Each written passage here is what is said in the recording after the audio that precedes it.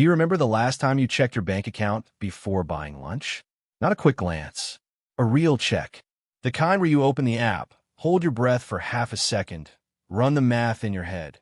$43 in checking. Rent comes out in 6 days. Gas tank is on empty. And then you either order the $12 sandwich or you put it back and get the $6 one.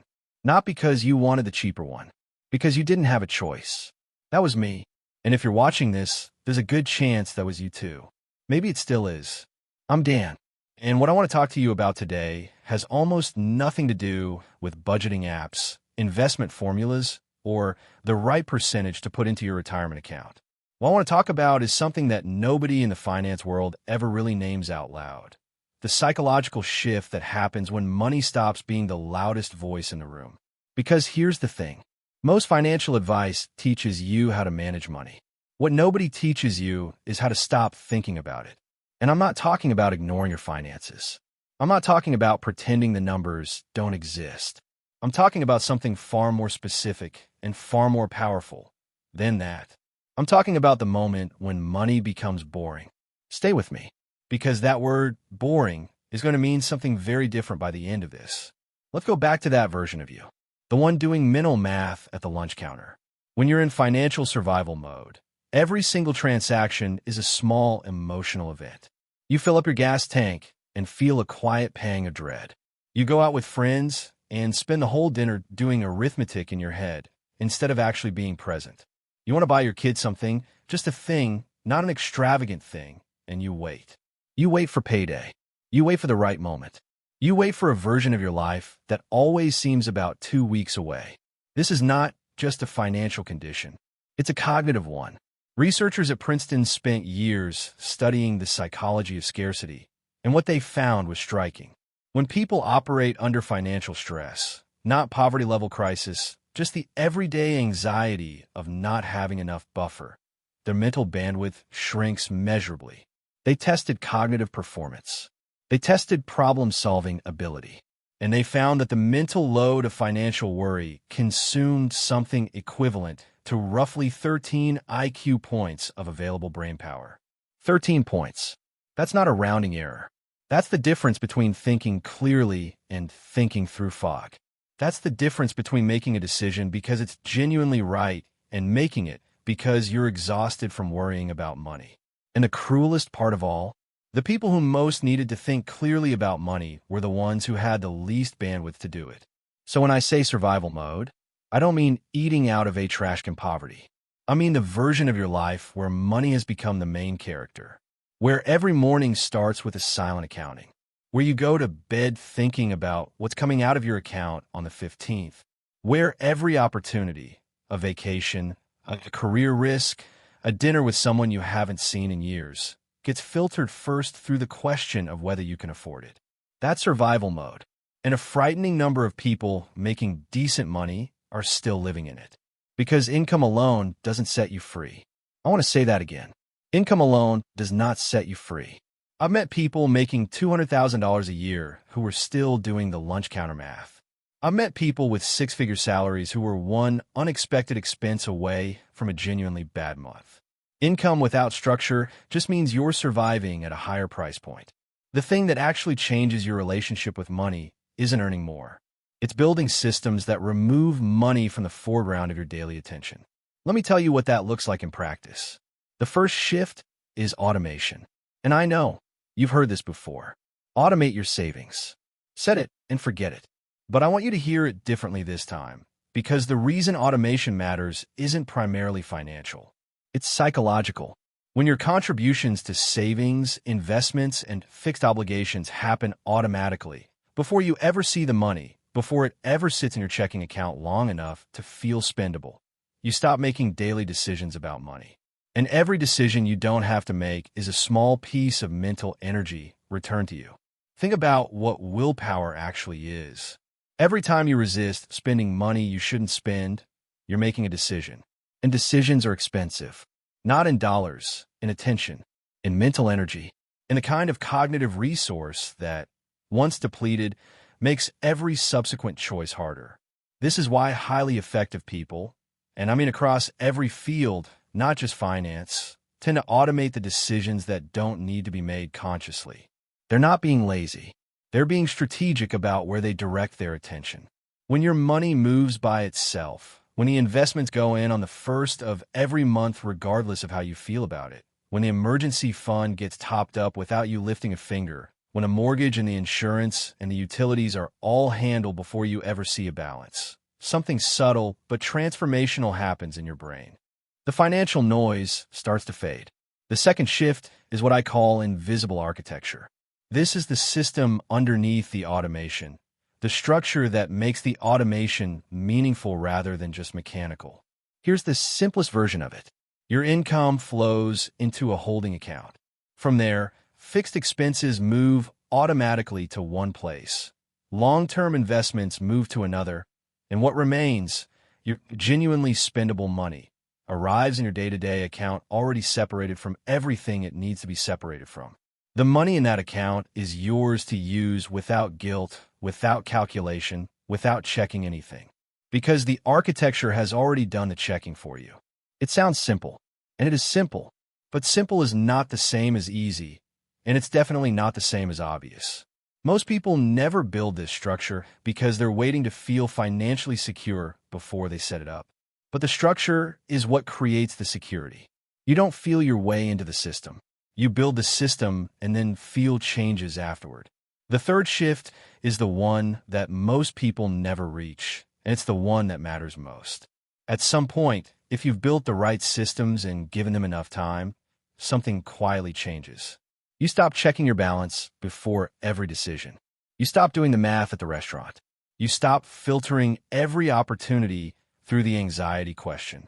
And money, this thing that has occupied so much of your mental real estate for so long, becomes background noise. That's what I mean by boring. Boring doesn't mean you don't care.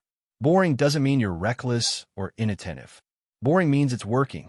Boring means the system is running and you don't need to be there every minute supervising it. Boring means money has been demoted from main character to supporting role. And that demotion is, I would argue, one of the most significant quality of life upgrades available to a human being in the modern world. Think about what happens in the space that money used to occupy.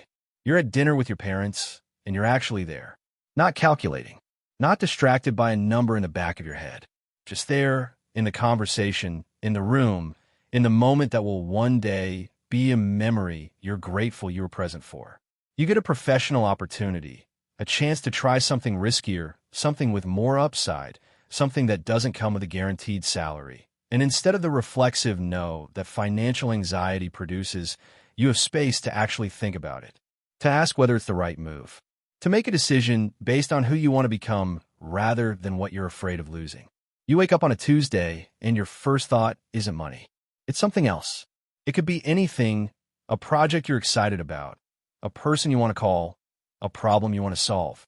The point is that your first thought is yours again, not borrowed by anxiety, not hijacked by the low-grade financial hum that so many people have simply accepted as the permanent background of adult life. This is the shift. This is what I'm trying to point you toward. Now, I want to be honest with you about something, because I think a lot of financial content deals in aspirational abstraction without acknowledging the gap between where people are and where they want to be.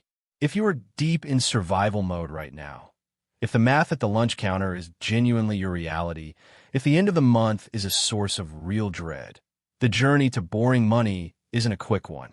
It's not a hack. It's not a trick. It's a process, and it takes time, and there will be months where the progress feels imperceptible. But here's what I know with absolute certainty. The process is available to you, not to a hypothetical future version of you who earns more or has fewer obligations. To you, now, with the income you have. Because the systems I'm describing aren't luxury items. They don't require a specific income level to begin. They require a decision, a commitment to building the architecture before you feel like you can afford to, a willingness to start imperfectly, with a smaller automated transfer than you'd like, with a simpler structure than you'll eventually have, and to let it compound over time, not just financially, but psychologically. Every month that your system runs without your intervention is a month that rewires your relationship with money at the emotional level. Every time you go through a week without obsessing over your balance, the groove of that anxiety gets a little shallower. Every time money just handles itself, quietly, invisibly, reliably, the part of your brain that used to be dedicated to financial surveillance starts to release its grip. And once that grip releases, even partially, you get a taste of what I'm talking about. And that taste is addictive in the best possible way. I want to tell you something about the people I've known who've made this shift. The ones who've gotten money to a place that genuinely functions like background noise. None of them talk about money the way you'd expect rich people to talk about money. They don't brag. They don't obsess. They don't have a stock ticker running in their heads at all times. They're not checking their portfolio every morning before coffee. In fact, the clearest signal I've found, the most reliable indicator that someone has actually arrived at a healthy relationship with wealth, is that they find talking about it slightly tedious. Not because they're dismissive, not because it doesn't matter, but because it's working, because the system is handling it, because they've outsourced the daily management of money to the structure they built, and now their attention is free for other things. And the other things are remarkable. People in this state tend to be more creative. They take more risks, not recklessly, but thoughtfully, because they're not operating from a posture of scarcity. They're more present in their relationships. They're clearer in their thinking. They sleep better. They're healthier, not because they suddenly have more money for health, but because chronic financial stress is genuinely corrosive to the body. And when that stress lifts, the body notices. What I'm describing is not just a financial outcome. It's a life outcome. The money is almost incidental. What you're really building when you build these systems is space. Mental space. Emotional space. The kind of space that lets you be a better version of yourself.